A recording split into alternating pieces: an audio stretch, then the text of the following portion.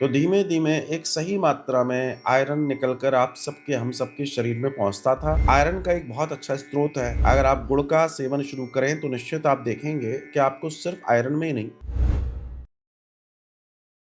Haemoglobin की हमेशा बहुत कमी रहती है। बिल्कुल, भारत में महिलाओं में हीमोग्लोबिन की कमी सामान्य रूप से देखी जाती है, क्योंकि भारतीय महिलाएँ खाने-पीने में बहुत कंजूस होती हैं और बहुत आलसी होती हैं, इसलिए उनमें ज़्यादातर कमी पाई जाती है। हमने तो देखा है घर में अगर पुरुष हैं, तो ही घर में भोजन प्रसादी बन रही है। अगर पुरुष ना हो, तो माताएँ तो 15 दिन भी बनाएँ तो बहुत बड़ी बात है, क्योंकि अपने लिए वो कुछ करना ही नहीं चाहती, ये गलत बात है। अब देखिए हम लोगों की भोजन पाक पद्धति थी, जब हमारे रसोई में लोहे की कढ़ाई होती थी, लोहे की कढ़ाई होती थी और लोहे की करचुली होती थी।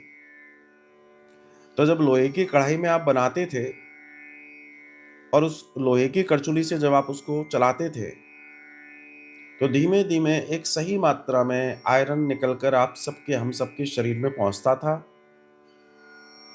और उसका लाभ मिलता था। अब लोहे की कढ़ाइयाँ नहीं हैं, तो ये एक बड़ी समस्या है। लेकिन जिस समय आपने प्रश्न पूछा, ये समय है सर्दियों का। अगर आप एक अच्छी मात्रा में प्रतिदिन गुड़ का सेवन शुरू कर दें, गुड़, जी हाँ, गुड़ का सेवन। गुड़ आयरन का एक बहुत अच्छा स्रोत है। अगर आप गुड़ का सेवन शुरू करें तो निश्चित आप देखेंगे कि आपको सिर्फ आयरन में ही नहीं, शरीर में भी कई सारे लाभ मिलेंगे।